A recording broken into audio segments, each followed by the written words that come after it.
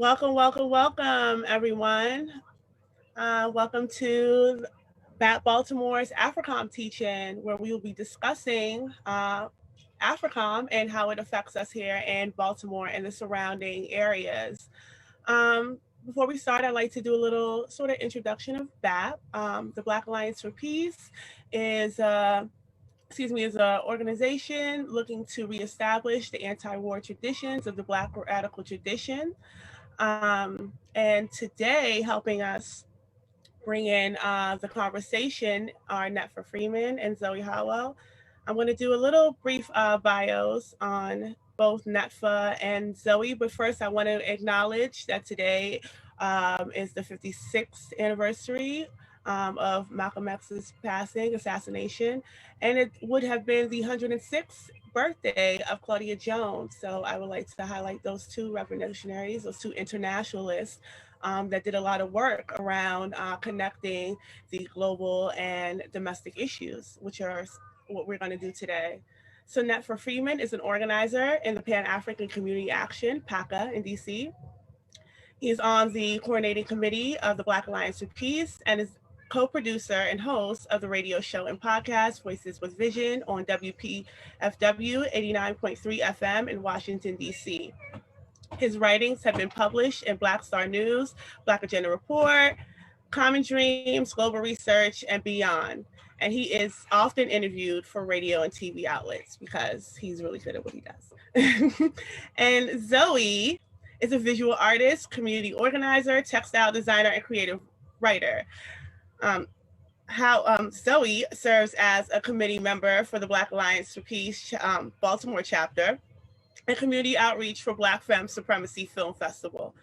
Their work has been shown at Maryland Institute College of Art, Washington County Museum of Fine Art, and Baltimore Clayworks, University of Maryland, Baltimore County, and published in Terse magazine, if I said that right, but so you can correct me just in case. So now I want to show a video about what Black Alliance for Peace is. So Kendall, next slide.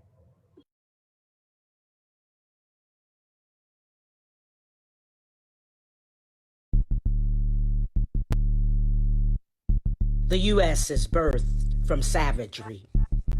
Europeans committed genocide against native peoples and stole their land, all while kidnapping and enslaving native and African people to turn a profit. Now, over 400 years later, the United States is a massive empire. It has 800 military bases and at least a dozen colonies scattered across the globe. Ever since its founding, the U.S. has always been at war, and it's the only country in history to use nuclear weapons against people. At this very moment, the U.S. is engaged in at least 7 wars of occupation and regime change. The mission? To ensure U.S. businesses have access to land, resources, and cheap or slave labor. But the 1% also wages war against Black and colonized people in the U.S., just as they've done from the start. Police continue to murder, brutalize, and surveil Black people. Our communities are impoverished, starved of resources, and thrown in jail. All the while, police departments become more and more like occupying armies. And the military budget, well, it just keeps getting bigger. The Black Alliance for Peace was launched in 2017. The Black Alliance for Peace, as an organization, committed to revitalizing the traditional anti-war positions of the Black community. The United States is the worst abuser of human rights in the world. If you look at the invasions, the proxy wars, the sanctions. The powers that be are seeing a threat to the status quo. It does not matter whether the United States government agrees with Maduro and his policies, because 6 million Venezuelans wanted him to lead them. As a sovereign people, they have a right to determine their own direction and future. Everyone has a place in this movement. We must be organized. If we want peace, we have to be willing to fight for it. Our campaign is no compromise, no retreat. Defeat the war on African Black people in the U.S. and abroad. The campaign includes the demands to end police militarization, stop their training by the Israeli Defense Force, shut down AFRICOM, remove all U.S. military presence from Africa, defund the military, and close the 800 military bases around the world. Black people have always been the consciousness and change agents within this brutal regime. Now can be no different. We are in the heart of the empire, and we must remember our fight for liberation is connected to the liberation of Black, brown, and working class people everywhere. It is time for us to stand up to oppose U.S. war and murder and defeat the U.S., EU, NATO axis of domination. That is why the Black Alliance for Peace was founded, and that is why we need you.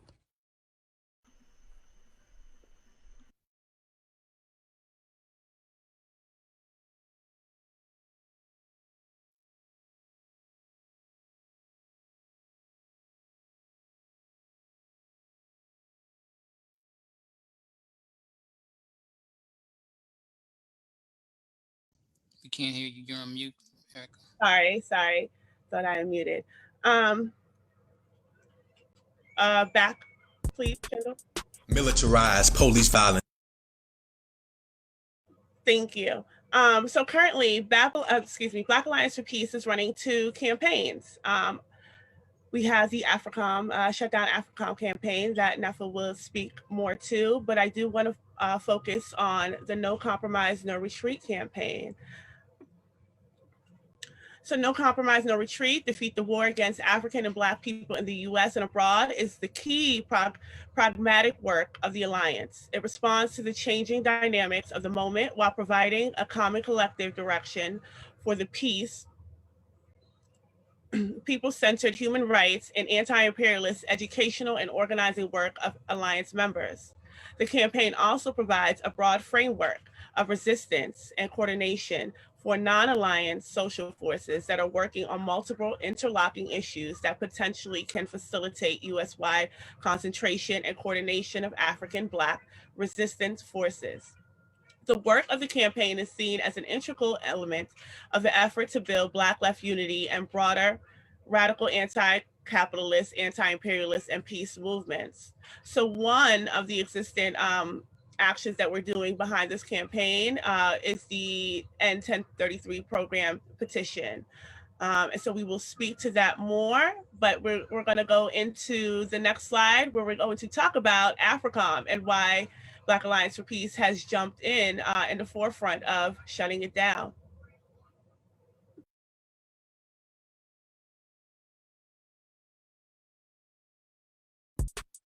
Militarized police violence carried out against Black and other non-European colonized peoples domestically, and the brutal violence of the U.S. military and intelligence agencies abroad are 2 sides of the same white supremacist colonial capitalist coin. That is why for the Black Alliance for Peace, it is vital that the public understand this connection. The U.S.-made bombs bursting in air remind us that U.S. imperialism is still alive and well. The U.S. commitment to the concept of full-spectrum global dominance is carried out in many forms, including 11 command centers that are headquartered across the world. The U.S.-Africa Command, or AFRICOM, puts most African states under the effective military control of the United States. The Indo-Pacific Command is the counterpart to AFRICOM in the Asia-Pacific and is being used to direct military aggression towards China. 2 years after the end of the Second Imperialist War in 1945, the U.S. established the U.S. Indo-Pacific Command Center in 1947, formerly known as the U.S. Pacific Command Center. Its area of responsibility encompasses about half the Earth's surface. The 36 nations that comprise the Asia-Pacific region are home to more than 50% of the world's population. The U.S. has 375,000 enlisted members of its Indo-Pacific Command, including 60% of its Navy ships, 55% of its armies, and 2/3 of its Marine Corps. In addition, with 85,000 forward deployed soldiers and a large amount of high-tech and new weaponry, the U.S. military has maintained its absolute supremacy in the Asia-Pacific over the years, while also continuing to seek new deployments, budgets, and resources, using the threat of China's and Russia's strategic rivalry as a justification. South Korea, Guam, Australia, Malaysia, and a host of other countries have strengthened military arrangements with the United States over the last decade. In 2007, the Bush administration announced the establishment of the U.S. African Command Structure. We're going to Benin, Tanzania, Rwanda, Ghana, and Liberia. Each of these countries is blessed with natural beauty, vibrant culture, and an unmistakable spirit of energy and optimism. Africa in the 21st century is a continent of potential. AFRICOM, that was then fully launched on October 1st, 2008. The U.S., which currently has the largest military budget in its history, spends nearly $2 billion per year to carry out imperialism in Africa. A study by the UN concluded that in the majority of cases, state action appears to be the primary factor finally pushing individuals into violent extremism in Africa. Of more than 500 former members of militant organizations interviewed for the report, 71% pointed to government action, including killing of a family member or friend, or arrest of a family member or friend as the incident that prompted them to join a group. And the cycle continues. Drone attacks breed recruitment, which produces further terror attacks, which leave the states involved more dependent on U.S. military support. This is how the West creates the demand for AFRICOM. We must demand that the U.S. shut down AFRICOM and the U.S. Indo-Pacific Command. No compromise, no retreat. No compromise, no retreat. The independence of Ghana is not for anything. Oh, yeah. I can tell them that the good people of this country, overwhelming majority of people of this country, flatly and totally reject this attempt to send us back into colonialism. We will never be colonized again.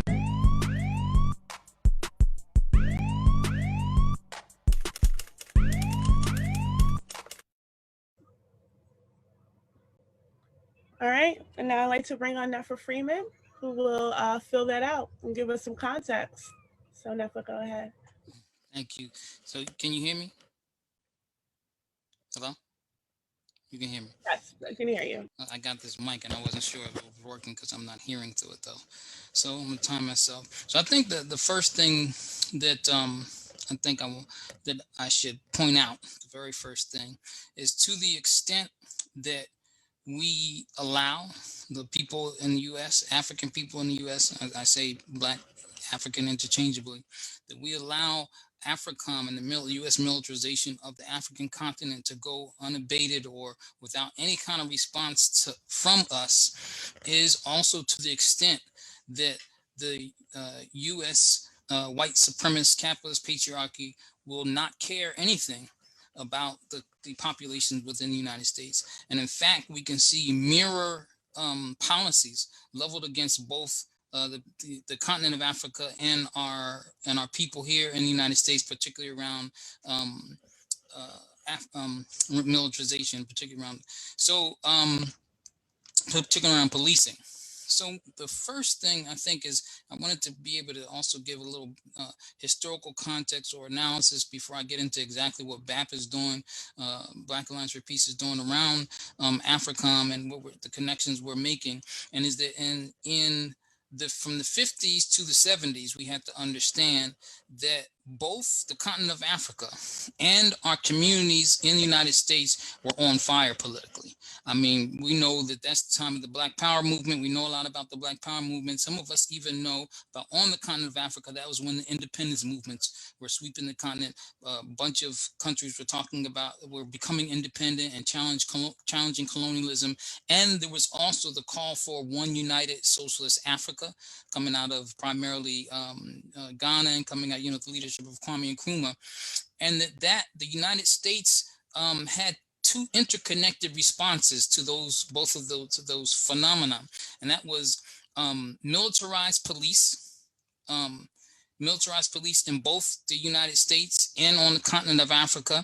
The militarization on the continent of Africa, you can see that some of us know what SWAT is. The special weapons and tactics, or special weapons and tactics is what SWAT is. They've made police shows about it, all that kind of stuff. And the first SWAT was in believe it was 69, and the operation was against, and this was a response to the armed self-defense of Africans by Black Panther Party, and they had a standoff in LA against the LA Black Panther Party, a long standoff, and that was their first operation. Same thing happened on the continent of Africa in Zimbabwe, they were responding to the liberation movement in Zimbabwe, and the same type of militarized police were used in that operation. So we can see that the militarization, whether it's the militarization of cops in the United States or whether it's the militarization of the continent under the behest of colonial Western dominance, then it's about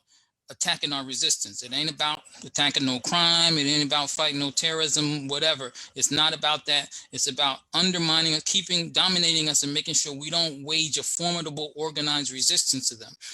So the first interconnected response was the militarization. The second one was to create conditions in our community where we were killing ourselves. In the United States, in 1974, the National Security Memorandum 201 was issued, and that facilitated the small arms sales to Black Africa. I mean, that's what they put in it, Black Africa. And so this is where you start to see what is often termed armed warlords and all that kind of stuff. You saw the conflicts in Liberia, in Sierra Leone, places like that, and you've seen it all over West Africa, a lot of West Africa, where it's all the propaganda or the news depiction of it on this end from us made it look like we were just killing ourselves. Same thing happened in the United States. Small arms in our communities here, the cocaine, where we found out the CIA was also responsible for the facilitation of cocaine in our communities here.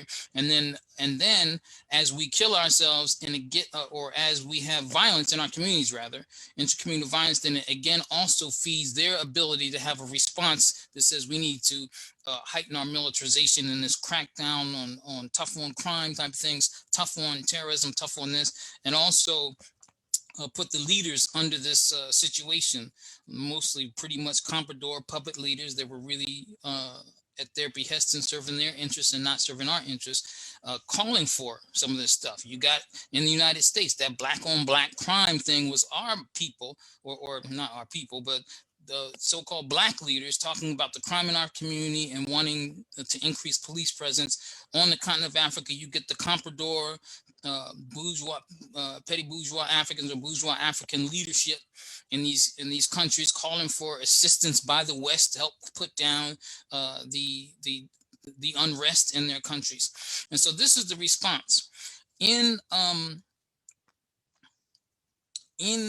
1997, fast forward to 1997, the Clinton administration, signed also by Senator Joe Biden, introduced the National Defense Authorization Act, which dealt with a number of things around military defense and, the defense of, quote unquote, defense of America, that also brought into being the 1033 program. The 1033 program is the authorization of it allows for military equipment to go from the Department of Defense to be disseminated or given out to local police forces, right? we're also seeing, so now we have this a proliferation on the continent of Africa of small arms and unrest, and a whole lot of things take place between the 1997 all the way up to 10 years later, where the Bush administration, they've already started to come in to militarize the continent of the U.S. The U.S. claims that it's not a colonial power. It prides itself on not being one of the colonial powers like France and Britain and all those kind of things. They were late in the game. The United States is relatively a new nation, so to speak, compared to these other former Western groups, and so they weren't able to get on the Berlin Conference and all that divided up the Africa continent around to the different Western powers. But what they were able to do, and what we've seen and we're still seeing now, is to dominate the scene on what we call neo-colonialism. All of the outward trappings of independence. This is how Kwame Nkrumah, the revolutionary, described it. All the outward trappings of independence, but still with your politics and your economy controlled by foreign interests, by the metropoles. So you have the presidents and all this, some semblance of some democracies and whatnot, but then the CIA and also international institutions like the IMF and the World Bank and all that are still facilitating the extraction of our raw minerals, of our goods, and the use of our labor to do it, and then also controlling it so that our markets are open for them to sell back the finished goods to us in the form of finished goods that from raw stuff that we actually cultivated ourselves and that should really belong to us. So the cash crops, we're putting this cash crop position, we're producing a whole bunch of things, or we're producing one thing for the interest of foreign corporations and transnational corporations, when we really should be using our land for diversified self-determination and independence, with diversified crops, medicine production, or whatever we needed to do, so we're not dependent on the outside world. So fast forward to 2007, 10 years later, the the Trump administration announces the need, announces AFRICOM, the U.S. Africa Command, which, of course, it wasn't the beginning of U.S. militarization on the continent, but it was the beginning of them having a more coordinated response, and also intensification. So it wasn't necessarily boots on the ground, U.S. boots on the ground, military bases and lily pad bases. Those were the part of AFRICOM, but they were also more. It's also more about controlling and commanding the militaries of these comprador governments on the continent of Africa, and using their own police and, in this case, military soldiers to keep the U.S. dominance in there. It wasn't accepted in 2007 under Bush. If people remember, our people have visceral reactions to Republicans and think they're the worst thing. That's what's propagated to us. But when Obama comes in 2008, AFRICOM took off. It proliferated. It expanded by hundreds of percent. I think it's 1,800% increase of military presence, military to military relationships, arms facilitation and training by the United States Special Forces and all these things. And right now we have seen that there's all 53 states out of the 54 have some relationship with AFRICOM on the African continent. And the one that doesn't, to our knowledge, and we're hoping that stays secure, but there's indications that it's not on stable ground, is Eritrea. And so that's where we are now, the rise of AFRICOM, and you're seeing even in like places in the Horn of Africa, Somalia, and actually the decimation of Libya is very important. In 2011, the United States facilitated the NATO destruction. NATO led the NATO destruction of Libya. Their Jamahiriya, which is their Islamic Socialist Republic, they can't afford for a stable socialist government, movement by the people, like we see in Latin America and Venezuela or Cuba. They can't afford for that to be on the continent of Africa. And so they have to do stuff like that, and Libya represented that in a lot of ways. They were continuing the legacy of Kwame Nkrumah to unite the continent, one currency and telecommunications grid, using the oil wealth to do things. That had the the Libyan country had the highest standard of living. The people in Libya had the highest standard of living on the continent of Africa. They had free healthcare, free education, a guaranteed income. Those are the kind of things that country was doing. And so they, in 2011, they got rid of that country. And now we see, if people are paying attention, that in fact this marks yesterday or the day before, marked 10 years of that. Of 10 years of what a lot of the Libyans and people are calling Nakba, referring to it as the Libyan Nakba. Nakba we know as normally applying to Palestinians, what they call the catastrophe, the 1948 encroachment of Israel, establishment of Israel. And then what happens to the Palestinians, they refer to it as disaster or catastrophe. Now, Libya is being referred to as that same thing, and which also destabilized the entire continent, led the way for extremist elements like Al-Shabaab and Boko Haram and different ones, and also to the arms, because they robbed the armory and different things happened. In fact, they were even in Libya, they were supporting to overthrow that. They were supporting extremist elements against Muammar Gaddafi and the Jamahiriya, the elements they claim that they're fighting right now. And so we're seeing a really destabilized African continent as a result of that. And then the things that they're responsible for and guilty for are the reasons they use now as the excuse to continue their presence on the African continent. Now, to the Black Alliance for Peace, and I'll repeat this, what I said earlier, to the extent that we don't stand up like other peoples do for what's happening on our motherland, is to the extent that we will always face disrespect by the people of the world, those who benefit from the current white supremacist capitalist patriarchal paradigm that dominates the world. And so we have to, and we also have to see that the 1033 program and AFRICOM are response to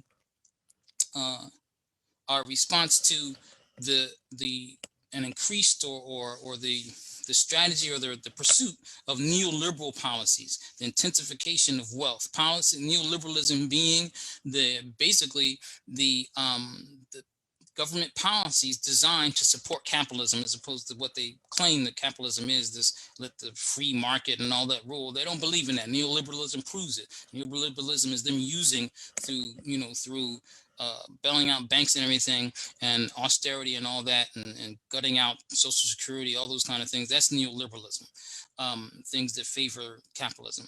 Now, and so AFRICOM and 1033 are an understanding that these policies increase our resistance.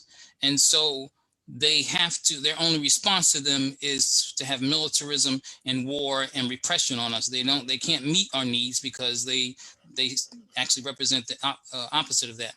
Now, lastly, I'll go really quickly and then I'll end, is basically what we've been doing in the Black Alliance for Peace with our U.S. Out of Africa Shutdown AFRICOM campaign. It is a mirror to our Abolish 1033 campaign, both of them under the umbrella No Compromise, No Retreat, and the War on Africans in the U.S. and abroad. Since our founding in 2018 when we really started heightening our U.S. Out of Africa campaign, we've delivered signatures, a number of over 3,000 signatures on a petition, actually physically delivered them to offices on the Hill. And we did this campaign to do it really to kind of wake up our people, not so much that we're thinking these legislators or these people on the Hill will do it, but also to have a reason to engage our people and enlighten them about what's going on, and also to hold them to task so that they're forced to have to deal with what our real interests are.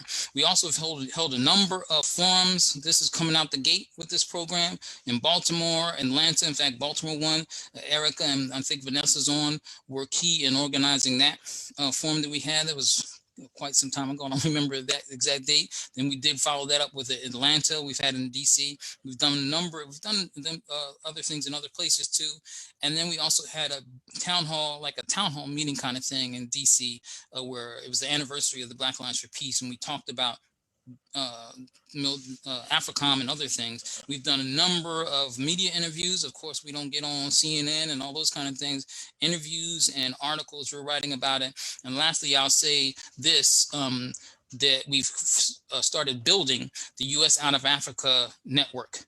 and that reflecting, trying to make forge connections with our counterparts, our people on the continent of Africa and other places that are concerned with this, and then anyone who stands up for this. So that's about it. I think that we've made a lot of we're pivotal, I think, and to the extent that AFRICOM's getting attention to that, I think, without trying to brag, I think that we should take a little bit of credit for that, and I think that's due to us largely, but if not solely. But then that's what I have to say, and hopefully maybe the rest can come out in the conversation. Thank you.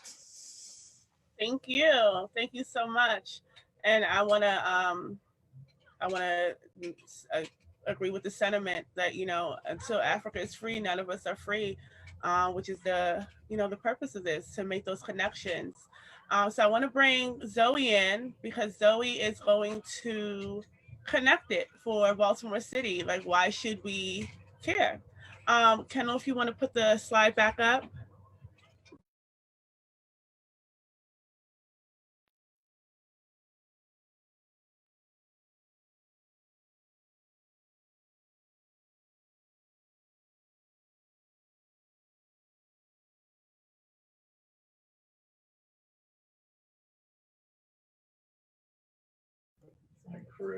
Hello, can everyone hear me? Am I able to be heard? Yes? Okay, awesome.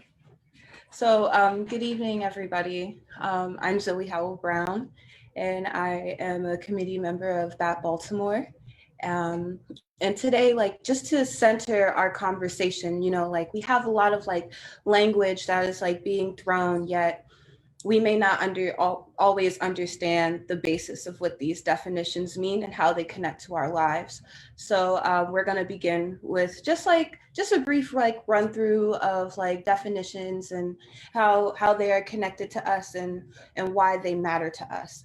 So for example, capitalism, an economic system in which private individuals are allowed to own their own control and means of production, i.e. mines, mills, banks, factories, forests, warehouses, allowing them to accumulate wealth from the labor of workers who receive less than the value of their labor. So for example, Jeff Bezos is the owner of Amazon, and he has a net worth of 184 billion and makes less than 9 million an hour, 315 times the average Amazon worker, who makes less than $14 an hour and is forced to work 10-hour mega cycles.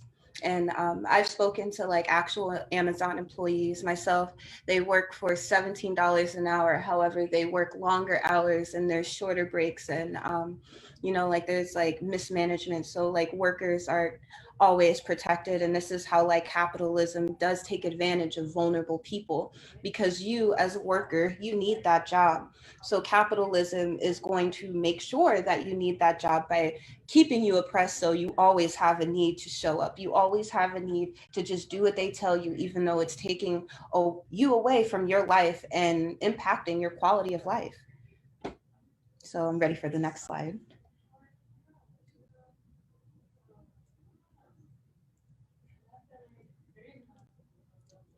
Imperialism, the highest stage of development of capitalism. Imperialism also means worldwide exploitation and oppression of the non-imperialist countries, like the Global South, aka the Third World. Under the imperialism, each major power has carved out into a niche of the world to exploit, yet maintains an irrepressible need to expand. So other countries, in the Western world, for example, in Europe, they find other countries where there are resources for them to capitalize on that they may not have otherwise in their own state. So imperialism is implied to grow that development, not using just labor, but on this level, it's resources, natural resources, and things of that nature. Next slide. Colonialism. So this is total domination of one country by another. Under colonialism, oppressed country does not control any significant aspect of its economy, military, or government. Examples include the Global South prior to the last 40 to 50 years. Current examples include Puerto Rico and the Virgin Islands.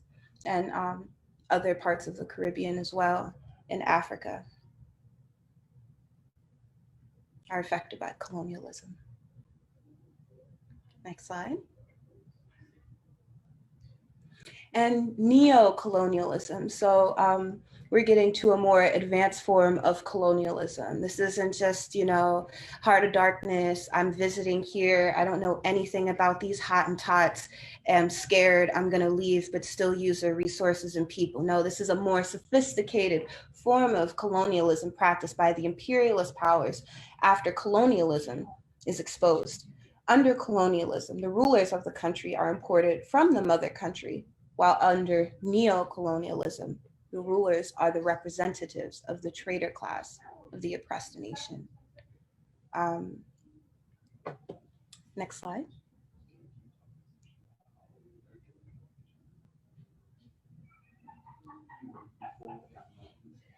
And the state. Also, if you have any questions about these definitions and if you get confused at any portion of this, like please feel free to leave them in the Q&A and we will get back to you.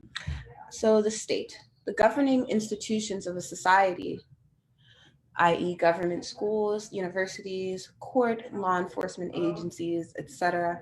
These institutions are the vehicle through which one class maintains dominance over the other classes. So this means that, you know, government, schools, universities, law enforcement, and court agencies as the state, like, enforce the laws that take over the dominance of one's class, which would essentially be like the working class or any other like oppressed person who would not benefit from anyone protecting the state.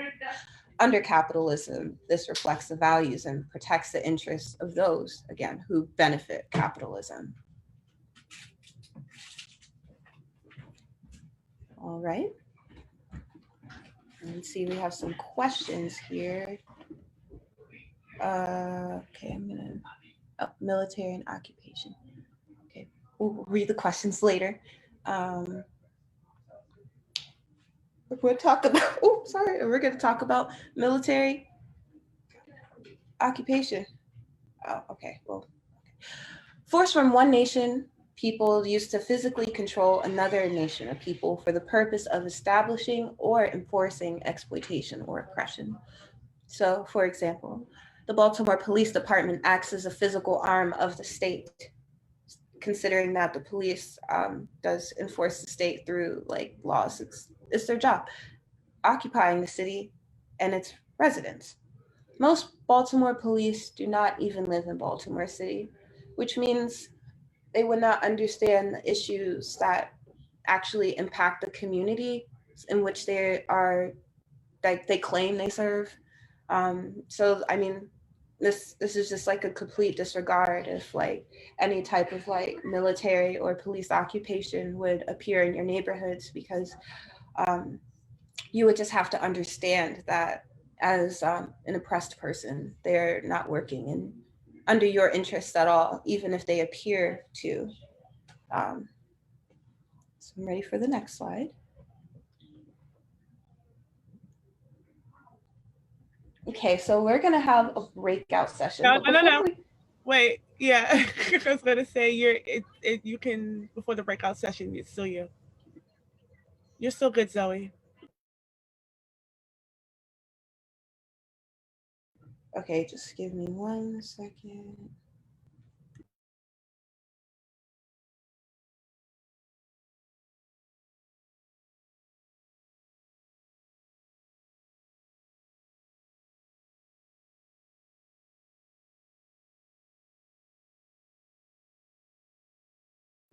Okay, I'm back. Hello, everybody.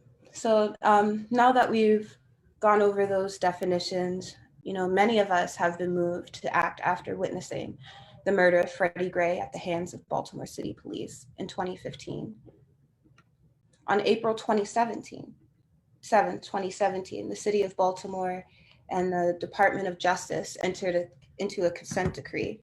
The consent decree was a court enforceable agreement to resolve the DOJ's findings that it believed the Baltimore City Police Department has engaged in a pattern and practice of conduct that violated the First, 4th, and 14th Amendments of the United States Constitution and specific provisions of the federal statutory law.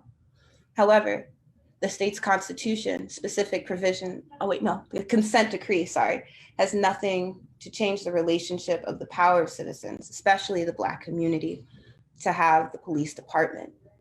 Since 2017, an exuberant amount of federal funding has come into the city as a means of law and order. Currently, in Baltimore City, there exists a 1033 program, which is a Department of Defense military budget military equipment that gets transferred into the civilian law enforcement agencies, the Deadly Exchange Program, which is a massive exchange between the US and Israeli police and military, where hyper-militarized policing techniques and technology are shared and mostly recently been in Operation Relentless Pursuit, making Baltimore one out of the 7 cities, including Detroit, Albuquerque, Cleveland, Kansas City, Memphis, and Milwaukee, selected for the Trump administration's surge of federal, state, and local resources. Police are called to colonize all oppressed folks to carry out the standard of imperialist orders with every intent to do more harm on behalf of the state than actually serving any purpose, any positive purpose, at least. So these are the questions that we have collectively created for the audience to keep in mind before we begin our breakout session. In what ways can we recognize the police as an occupying force in Baltimore, considering that the police as public safety does not have your interest? Like, how can you recognize that they do not have your public interest? It's important to recognize these things as it leads into a greater thought of what community control means and community safety. And the second question is, why do we see a mass movement to defund the police without federal funding of these programs being addressed? We talk about all the time lately, there's been a mass movement of people questioning why the police gets paid so much to terrorize Black and brown people, yet their funding is by proxy coming from federal funding of these 1033 programs that despite how, the police officer themselves may not have a decent wage, the 1033 program and Operation Relentless Pursuit still gives them the power to terrorize your community. Whether they make money or not, they still have those militarized weapons to just threaten people. It's pretty unnecessary. Black people in the United States have a colonial relationship with the larger society. It is a relationship characterized by institutional racism. This colonial status operates in 3 areas: politically, economically, and socially. We are politically stunted by the political decisions made for us due to a lack of power. We are economically disenfranchised and dependent on larger society, and this is maintained by a social order that designates police in our communities as occupying forces. In this regard, we can see how domestic and global imperialism become counterparts. BAP Baltimore is clear when we say police are used to enforce the status quo of white power and colonial control over the lives of Black, brown, and other oppressed nations.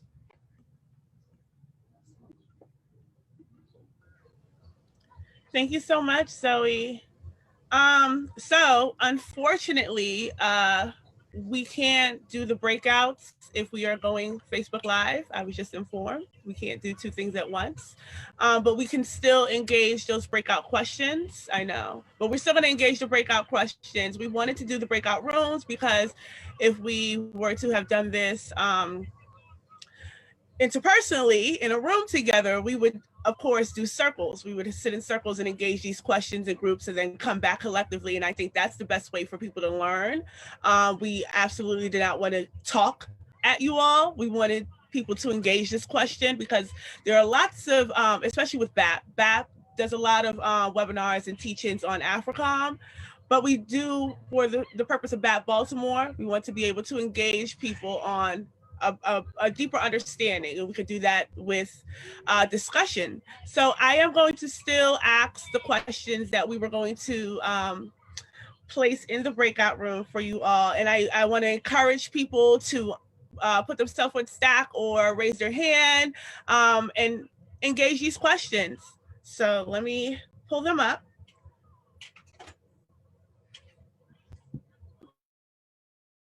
I'm excited to hear them. Hey, Rebecca, Lord, Erica. No, I don't want to mess up your flow or anything. No, go ahead.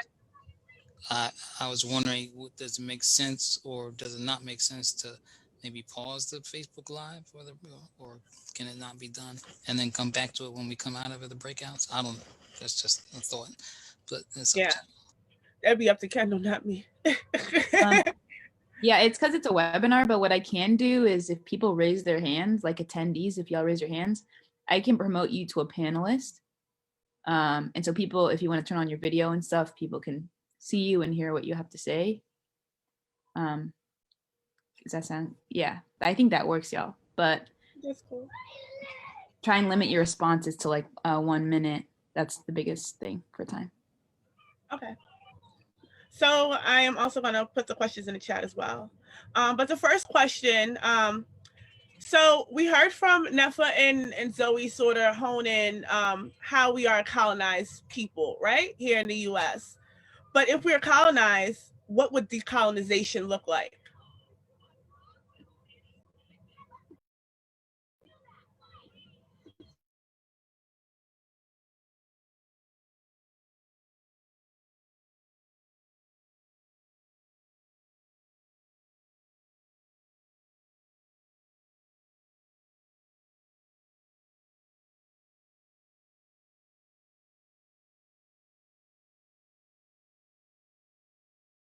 I can also read from the chat. I know that that's probably more comfortable for some people.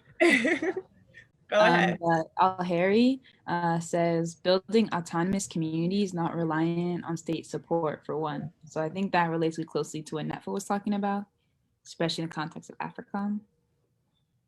And I think Jake says decolonization would be the people with the least amount of power and the most, decolonization would be the people with the least amount of power / most oppressed having the first seat at the table and leading solution. So yeah, self-determination is really big in decolonization.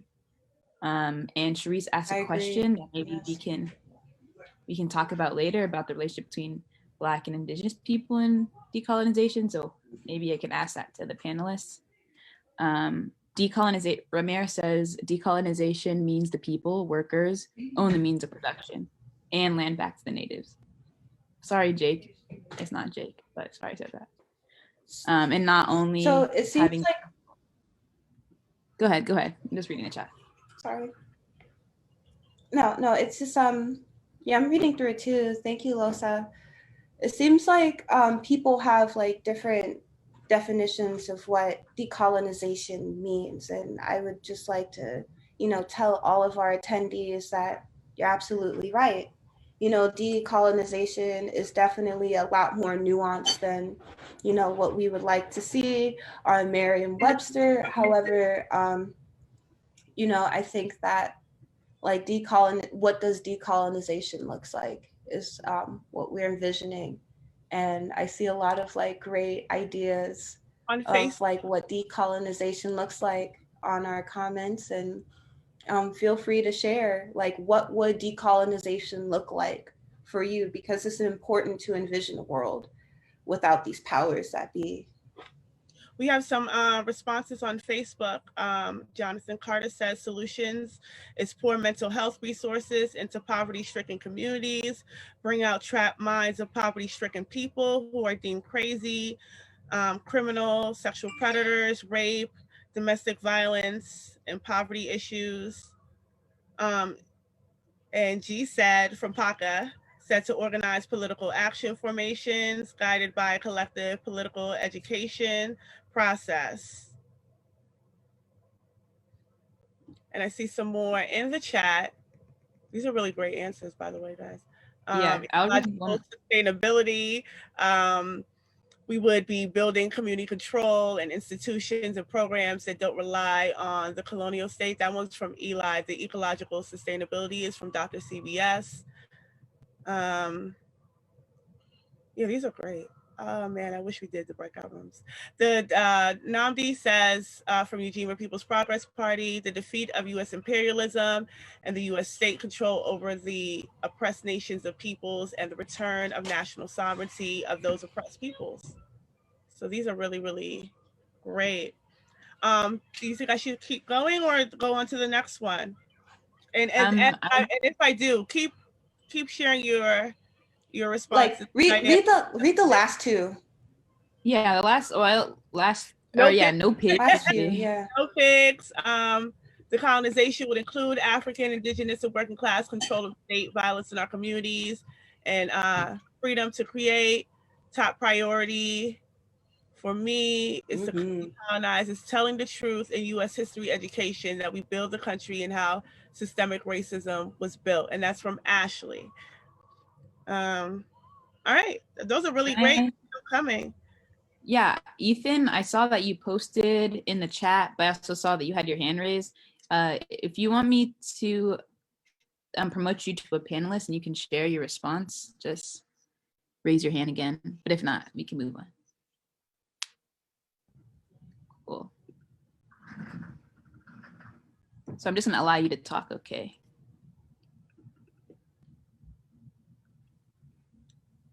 All right, word. Can y'all hear me? Yes. All right, great. I was just going to say that I think it's also important to bring an Afrocentric view or an African-centered view to decolonization as well. I did put this in the chat, but I'll say it out loud too.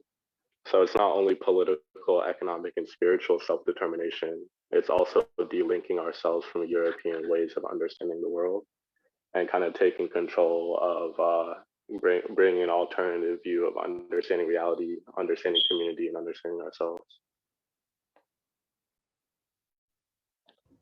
Thank you for that. Thank you. Absolutely. And that was so I want to go on to the next one. I think that was a great way to cap that first question. So the second question that we wanted to consider was what role do you see the two parties play in militarizing our communities? So you can also put those answers in the chat. If you're on Facebook watching us, you can put those questions in the chat. And then of course you can raise your hand if you want to be heard.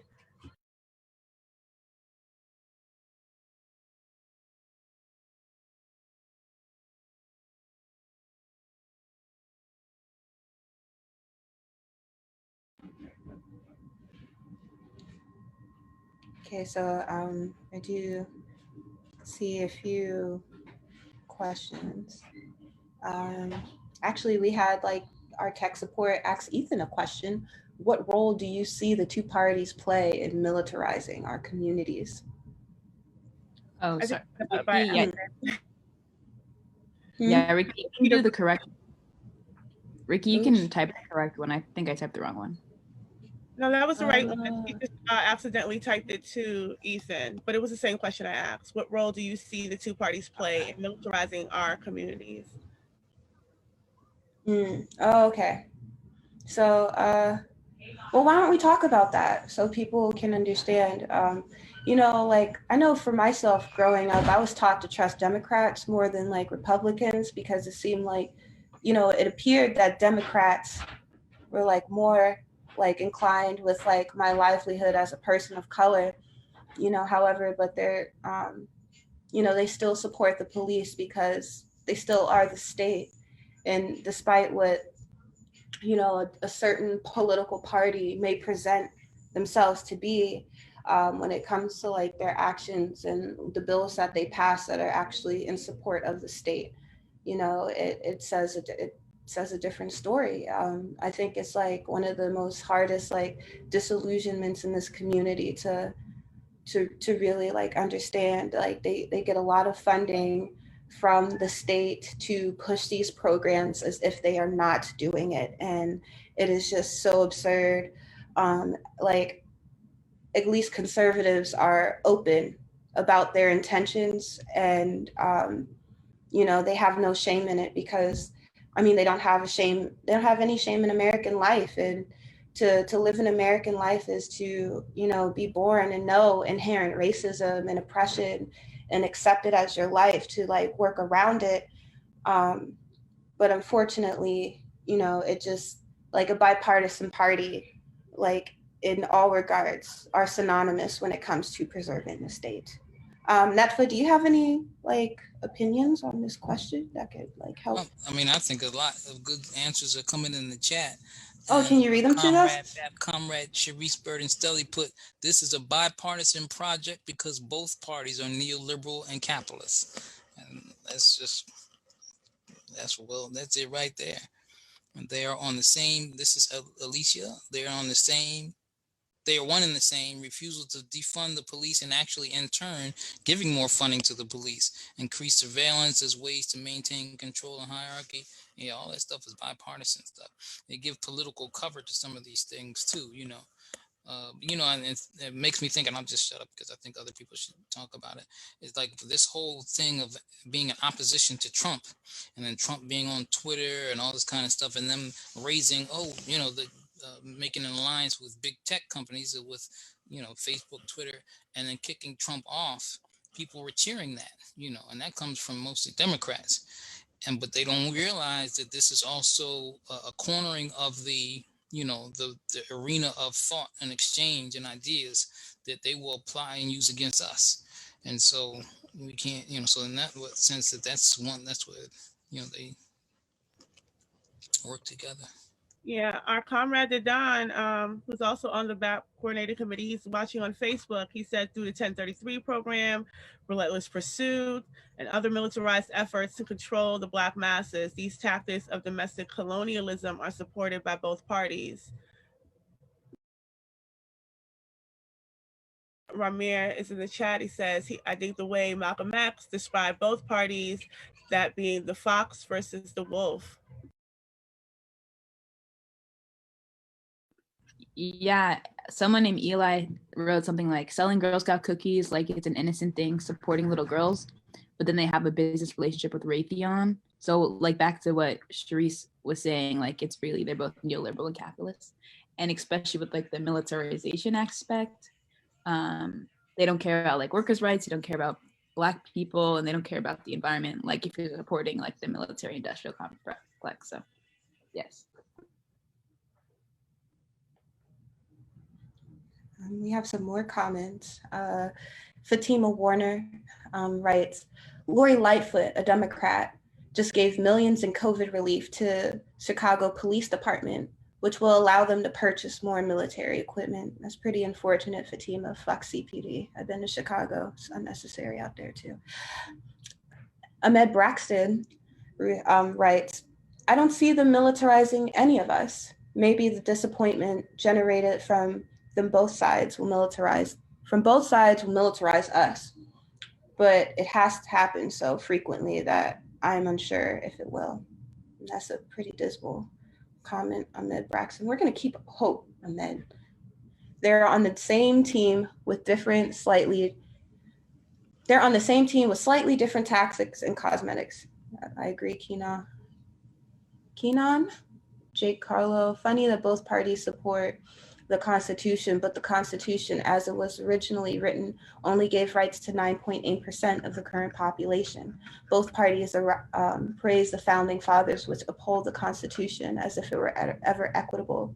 Ash, that's interesting, Ash. You know, I was taught that in philosophy class, the Constitution is actually meant to be changed, like when society changes, but it just hasn't been touched because, again, the state, you know, like benefits from that Constitution, or it will find ways where it works for them.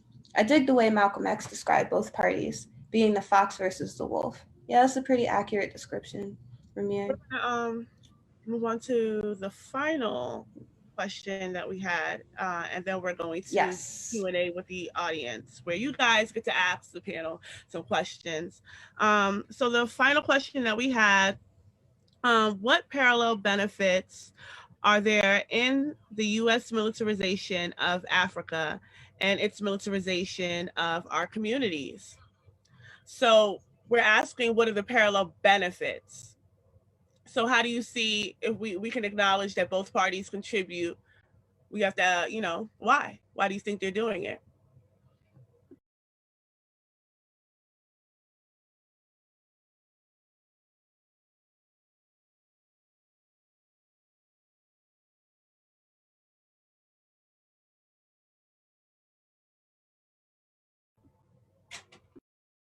So Ken has their hand raised. Is it okay if I put them on the panel?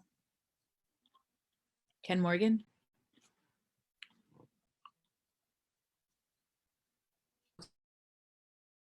Yes.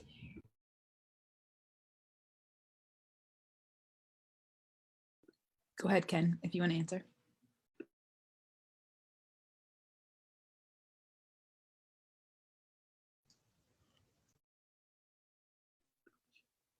Or not.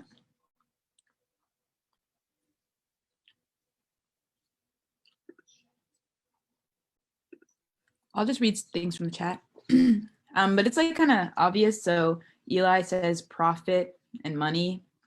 So, you know, white supremacy, colonialism, capitalism, it's all to make a small amount of people as rich as physically possible. So that's why they do the parallel interest would be probably just like making as much money as possible. Ash says because we can't hold and share power as united front if they both have, you know, militarization on the continent and in our communities. Capital, power, because nobody said they can't. Fatima says, in order to keep the masses of Black people under state repression and to subvert Black radical formations. Facts. And yeah, the benefit is that we can't hold or share power as a united front. Control of Black, dark-skinned, Indigenous bodies, behaviors, land, culture, and other resources. Maximizing profits, surplus value for the ruling class, squashing labor movements and other revolutionary movements, kind of what Fatima said, that seek to change property relations and means of productive. Yeah, like spot on, Ramir. I think they both benefit from the destabilization of our community so they can continue to exploit it. Yes, definitely. And Ricky, I don't know if you want to add any more. I'll check on Facebook, or are you looking at Facebook right now? Yeah, I'm looking on Facebook now. All right. I don't see any responses so far. Can I say one thing about this question? I think. Can y'all hear me? Hello? Oh. Yes. Yeah, go ahead. Yeah, we can hear you. Hear me? I'm sorry. A little light wasn't moving or anything either.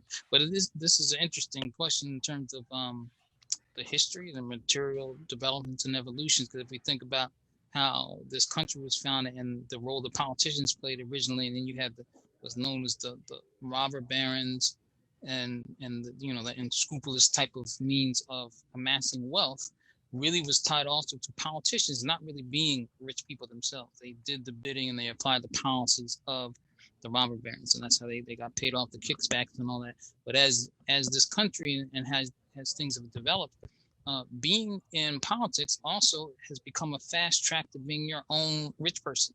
You know, a lot of times now we're just seeing a lot of rich people get into politics, but also people becoming rich through being politicians and, you know, signing book deals and making investments, the Clintons in Haiti and all these kind of things. And so they have a vested interest in maintaining the system. And what happens is that we live in such a setup scenario, and the way it's propagated is that the political arena, political office attracts the most opportunist elements in society. That's who tends to run. People who, you know, they're not tied to any movement. They're not running as some kind of assignment or what you call nomination based on a power organization that they belong to. They are, you know, and these parties facilitate that. They opt to nominate. And you have to pass through the National Democratic Convention and all these kind of their councils and all that, they have to nominate you, and you have to go through their vetting process to make sure you're wholly committed to capitalism and white supremacy and patriotism. Of course, capitalism is the main thing, but anyway, that's a few thoughts on that. Leah on Facebook, she said the extermination of Black and brown people. So that's one way that they benefit. Yeah, so, Zionism. I think that was to add on to what you were saying, Nefa. Someone said, and Zionism too.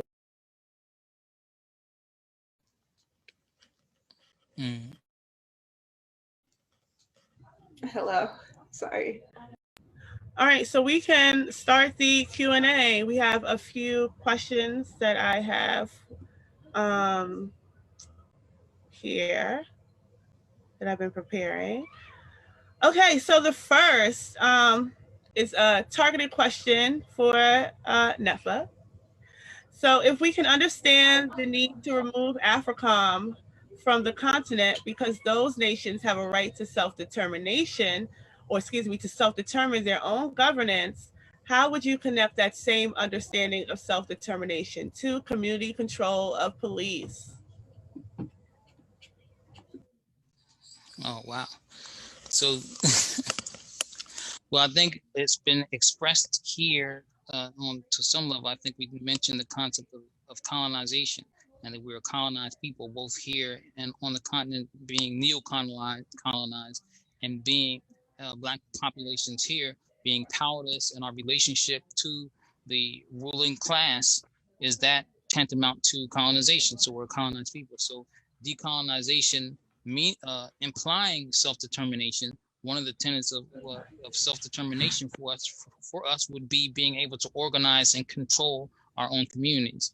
And one of those aspects of our community, in fact, the frontline enforcement of this neoliberal, this system, is police. They enforce this system. The police aren't here. They're not.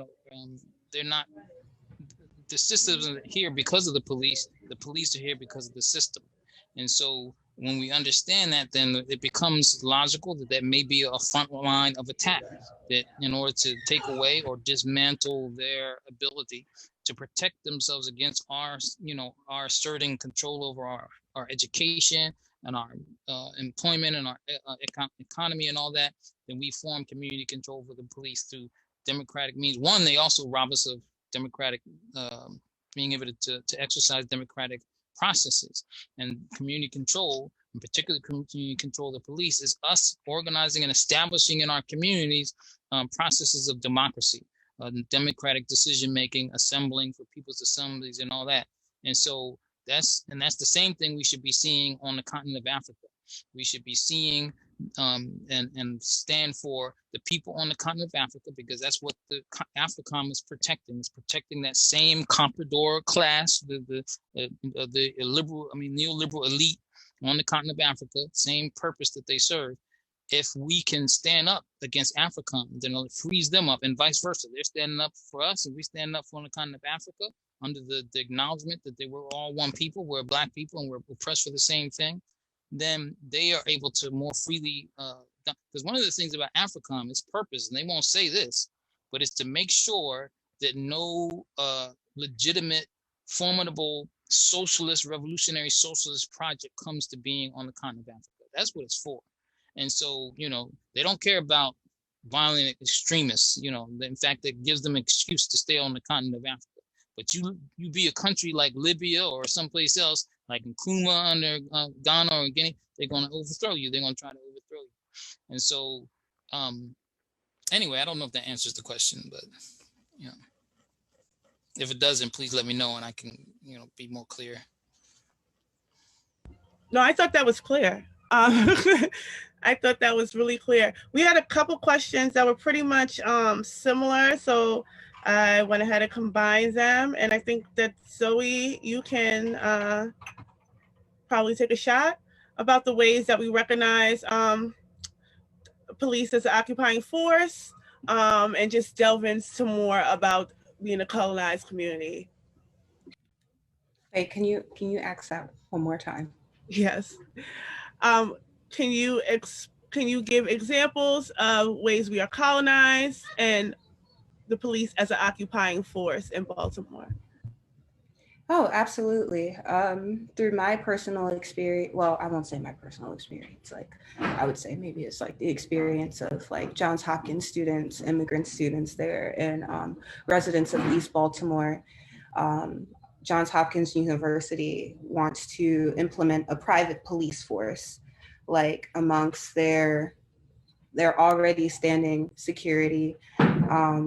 Baltimore City Police that is always heavily like populating the neighborhoods in which like Johns Hopkins as an institution occupies. So Johns Hopkins University is an institution, you know, things that like workers of the state, like police and other forces of the state are meant to protect like entities like these institutions such as Johns Hopkins. So the problem with private police compared to actual police, compared to like public city or county police is that say that you have an incident that happens to you, like you get into an encounter with an officer. If you got into an incident with a Baltimore City police officer, you have the legal right to obtain that information, file a report, and get like all of the information of that report. Like that is your legal right. But as a private policing force, you don't have those same rights. Like you have actually less rights as an individual. Like you have less citizen rights because as a private entity, they make their own contracts, they make their own rules, they have their own standards, and it's usually not centered around you. It's centered around the state and protecting the state. So the only Johns Hopkins like private police force, they're only in the interest of protecting Johns Hopkins University and the hospital and the people that may work for it, and sometimes not even them, because like once you like take off that security outfit, if you're like just a Hopkins security officer, you know, you're just a regular person on Charles Village. So that's one way that like, you know, communities can be impacted because like they don't have the capacity to take legal action like when these things occur. So yes, that's one example. Thank you so much. And then I have another targeted question. 1 second. Thought I had it up. My fault. Here it is. So the targeted question is, what is the Leo bill? And I see Namdi is here to help us figure that out. So what is the Leo bill? How does the current push to lessen the strength of the bill work in service to decolonizing our communities? So Brother Namdi, you can unmute whenever you're ready.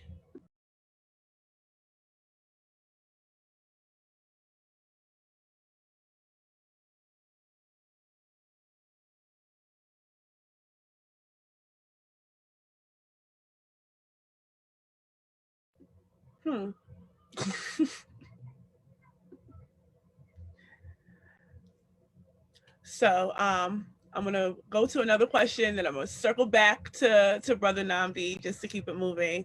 1 second, I gotta go to another question.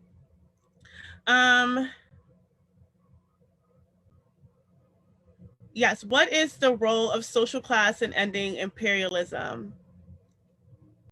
Actually, before you answer that, because I think that this has to do with it too. Does the Congressional Black Caucus play a role in supporting AFRICOM and Occupy Palestine? And I think that you can answer the other question in combination with that. What is the role the social classes have in ending imperialism?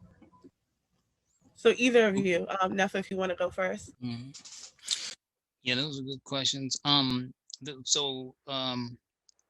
I'll take the first one, I guess, first. So the Congressional Black Caucus supports both AFRICOM and Zionism or Israel. With AFRICOM, it's a little bit more, you know, especially because of this moment that I think we helped to create. They're talking about holding AFRICOM accountable, transparent. All this stuff has come out about, in fact, about a year ago or so, they issued a letter under somewhat with some kind of guise of criticizing AFRICOM, but really thanking AFRICOM for beginning to report on its casualties in Somalia in particular. But a lot of it does is it does the drone strikes on the continent of Africa, most intensely targeting Somalia. And then this letter was issued, and I can't remember. I think it was Representative Ilhan Omar that wrote the letter, and was signed by a number of others, but encouraging more transparency, but commending the first step of AFRICOM, which claimed that it only killed like 2 people or something, which, you know, all of the other reports are showing that there are a lot more deaths as a result of that. And it just doesn't make any sense. They're bombing the hell out of Somalia. There's just no way that they can't be killing more people than that. But so anyways, so what that does is sort of give political cover.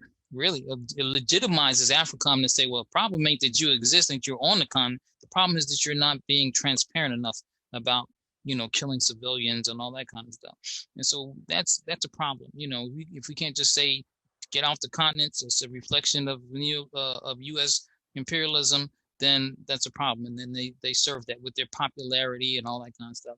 The second, and then the AFRICOM does this, and they want to hold hearings on, you know, on transparency instead of abolishing in the real role. They don't want to hold hearings. I shouldn't say that. They act like it. You know, but then the other question is Israel and Zionism.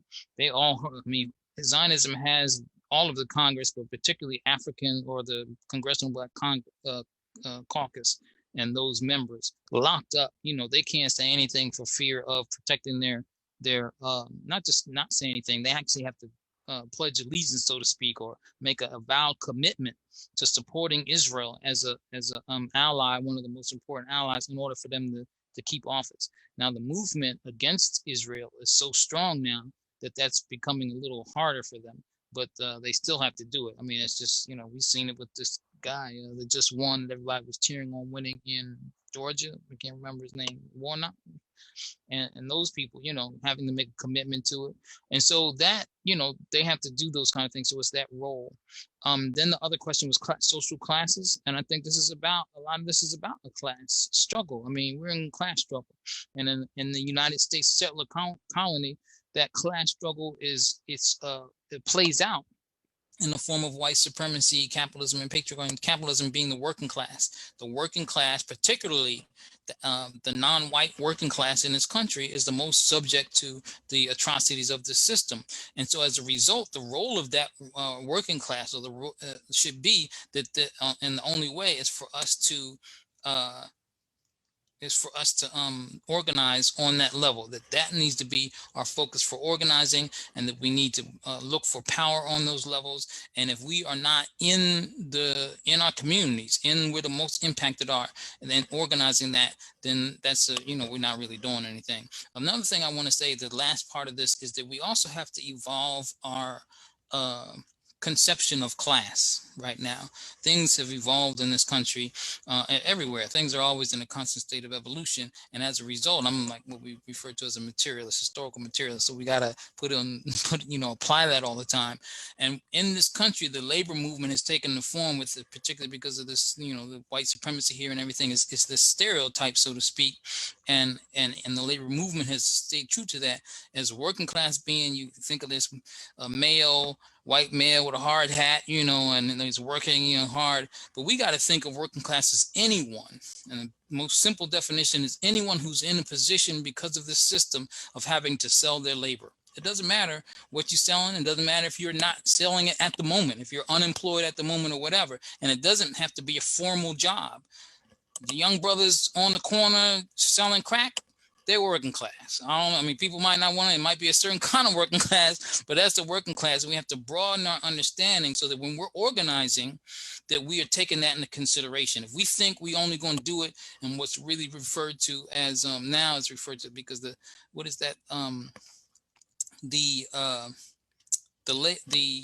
aristocracy, working class aristocracy, which is the labor unions and whatnot, which has been completely co-opted in this country. And we think we're only going to go through these unions only and not deal with the masses of our people who are out here subjected to the most horrendous conditions, risking their lives and literally selling our bodies and all that. If we can't have organizing that takes that into account, then we're not going to be successful. Thank you. I'm gonna go back to Brother Namdi because I think that he's ready. So I'm gonna re-ask the question. Brother Namdi, are you ready? I just want to make sure. Ditto Sheena.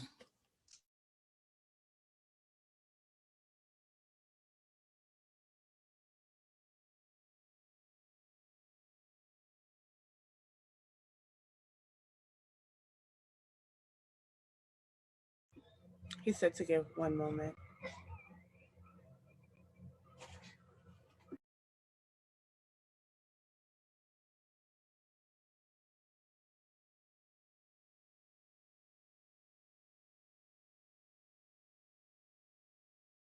There's some questions in there. All right, he's ready. He's ready. All right, you can get off mute. The question was, what is the Leo bill and how does the current push to lessen the strength of the bills work in service to decolonizing our communities?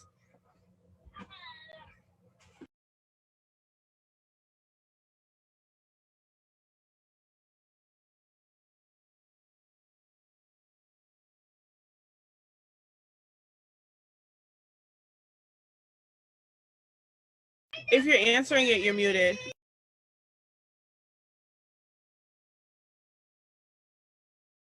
Oh, okay. Okay. Something's going on with his service. Yeah. But that's fine. There's other questions that we can get to, but I did want to tackle that one. So maybe I can probably answer that before we end. So we have a question about what is the connection. Can you hear me at all? Oh, yes, now we can hear you. Yes, great. Because this was a question I really was hoping you could answer. Sorry about that. Yeah, it's crazy. Sorry, comrades. So the Leo bill. The Leo bill is an important issue to understand. Maryland was one of the first states to create this layer of protection for police. Leo stands for Law Enforcement Officers Bill of Rights. It's not really one law. It is a series of bills that have been put in place since the early 70s. In practice, it makes it extremely difficult for initiatives like community control of police to have any real effect. Even the use of demonstrations against police departments have limits. It doesn't even allow police. It doesn't even allow police chiefs who've been impacted by political action to fire police officers. Right? It has to go through a complete process. It allows police officers to have exceptional rights when it comes to being charged, to be investigated, the way their personnel records are protected. So it's really just a function of the state to protect the police, which in turn protect the state at all levels and protect property. And the struggle against it is important, obviously, because being able to tear those bills apart make it possible for initiatives like defunding, abolishing the police, community control. All of those are not really in play unless you can deal with the Leo bill. And I think also we have to also understand that the police benevolent associations, the police unions, are also a critical part of that. Being able to some people treat them as unions. The truth is they are not unions. Being able to stop negotiating at the city and state level with these organizations. Yeah, we had another sign in, but we're back live. So we have a few people back, and I think I'll just type something on the live. Yeah. And I'll send it. Yeah, we can, because we were almost done anyway. But Brother Namdi, if you want to continue, and And honestly, I don't even know where you left off because that all threw me off. but go ahead if you want to continue. I think I was just finishing on the point about the Leo bill, right? We talked about how it's a series of protections in dealing with the police unions, which are really the power behind the police on the local level. It's, they represent the most reactionary sectors of the police department. Practically, you will see police chiefs take stance at the police department. The police unions will oppose. Again, I think we can, as a movement, have influence on politicians. We can have influence on the commissioners and stuff like that. But these unions are really the real ideological center of of the local strategies of policing. Even in Baltimore, after we saw the murder of Gray in our city, and the result of the rebellions, the police union pretty much told the police to stop working, right? And for good or for bad, it allowed a real chaotic situation to go really even farther uncontrolled. We didn't have organization from the working class to kind of to respond to the crisis, and so the police themselves made the situation worse. And that was a decision that was made internally, and hasn't really been reckoned with, right? It hasn't been resolved. So I think even on the local level, we can't allow police unions to have any relationship to the city government, to negotiate, to have any influence. I mean, it's a part of the way this political system works and how it maintains itself too. So thanks.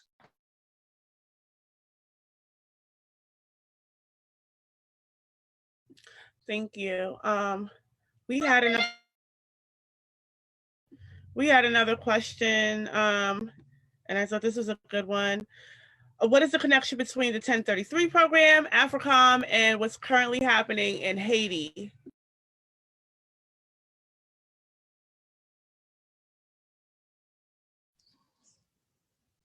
I guess you looking like anybody?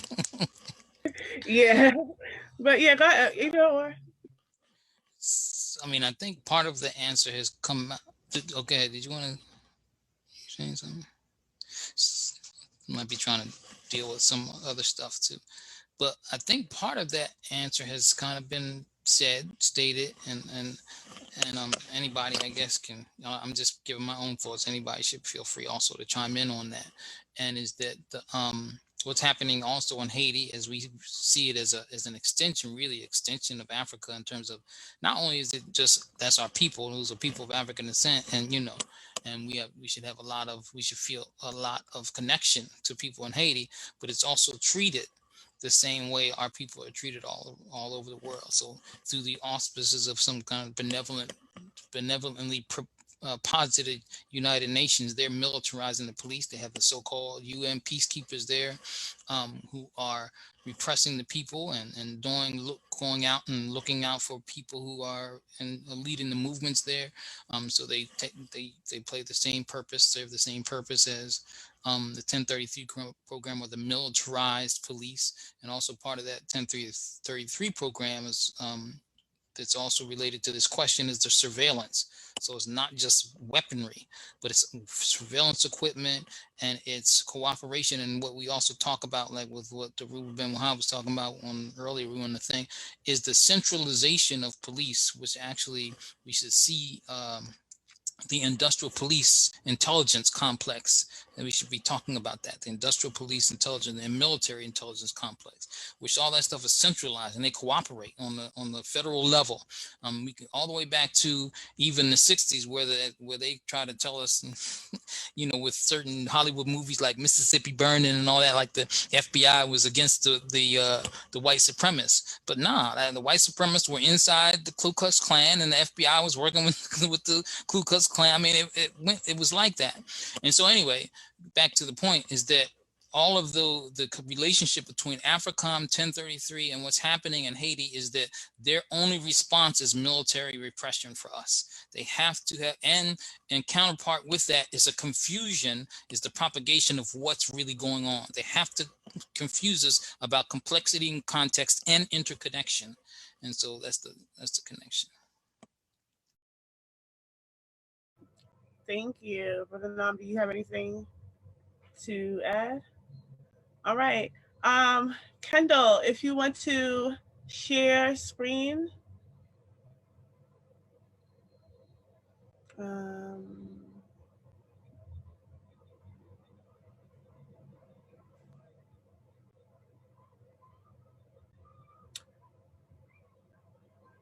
So wait, before you hit play. So obviously, this is not for naught. Like, we're not talking to you for no reason. We want to encourage you to join BAP Baltimore if you are in the surrounding area or if you're in the city. Because we do not only do we have these webinars and teachings, but we are also very active. So we want to show this video clip of just that. So go ahead, Kendall, you can press play now.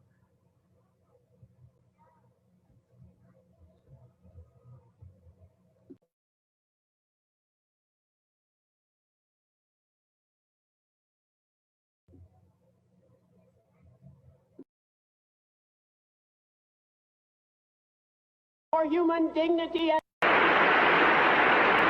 friends, brothers, and sisters in the struggle for human dignity and freedom. I am here to represent the struggle that has gone on for 300 or more years, a struggle to be recognized as citizens in a country in which we were born. I have had about 40 or 50 years of struggle, ever since a little boy on the streets of Norfolk called me a nigger. I struck him back, and then I had to learn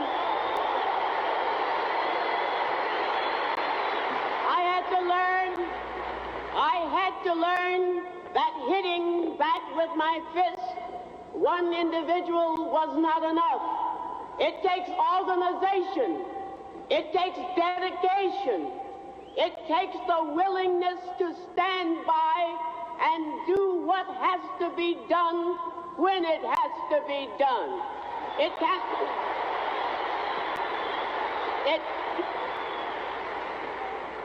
A nice gathering like today is not enough. You have to go back and reach out to your neighbors who don't speak to you. And you have to reach out to your friends who think they are making it good and get them to understand that they, as well as you and I, cannot be free in America or anywhere else where there is capitalism and imperialism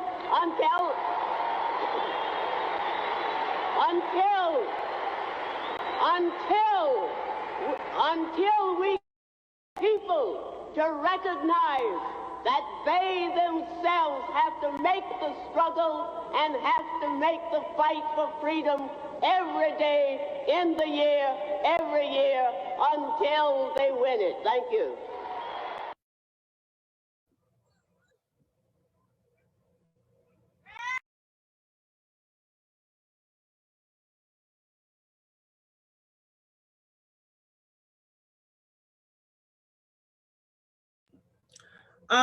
Yeah, so that is the work that we have been doing since 2019 as a formation.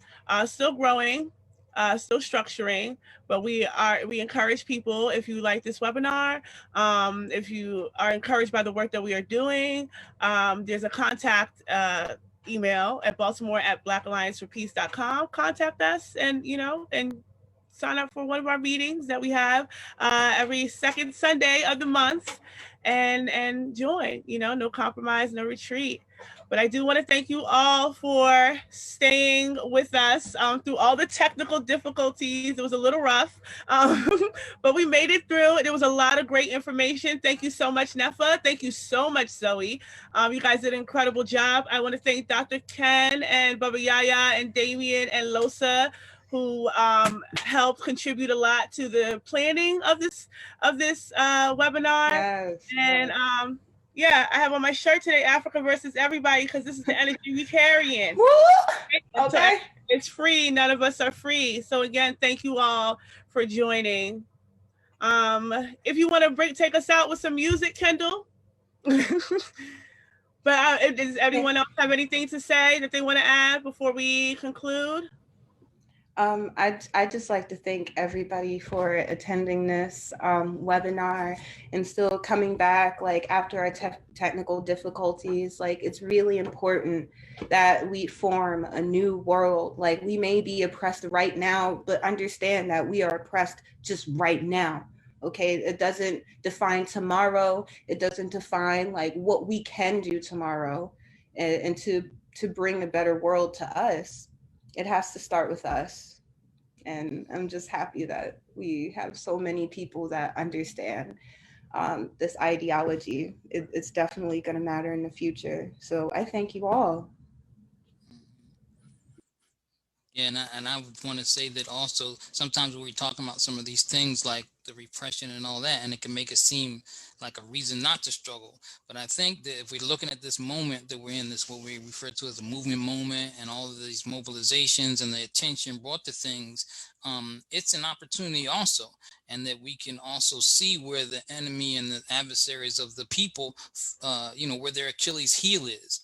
When they start talking, they don't want us to make these connections internationally. So that means, then we need to make connections internationally. We need to be talking about community control and organizing on the local level and creating formative alternatives to these Democratic and Republican parties. When we see the increased debate and criticism of these things, then we found their Achilles heel, and we need to be encouraged by that. Right on, right on. So yeah, thank you all again. I don't know if Kendall has any music, but I hope so.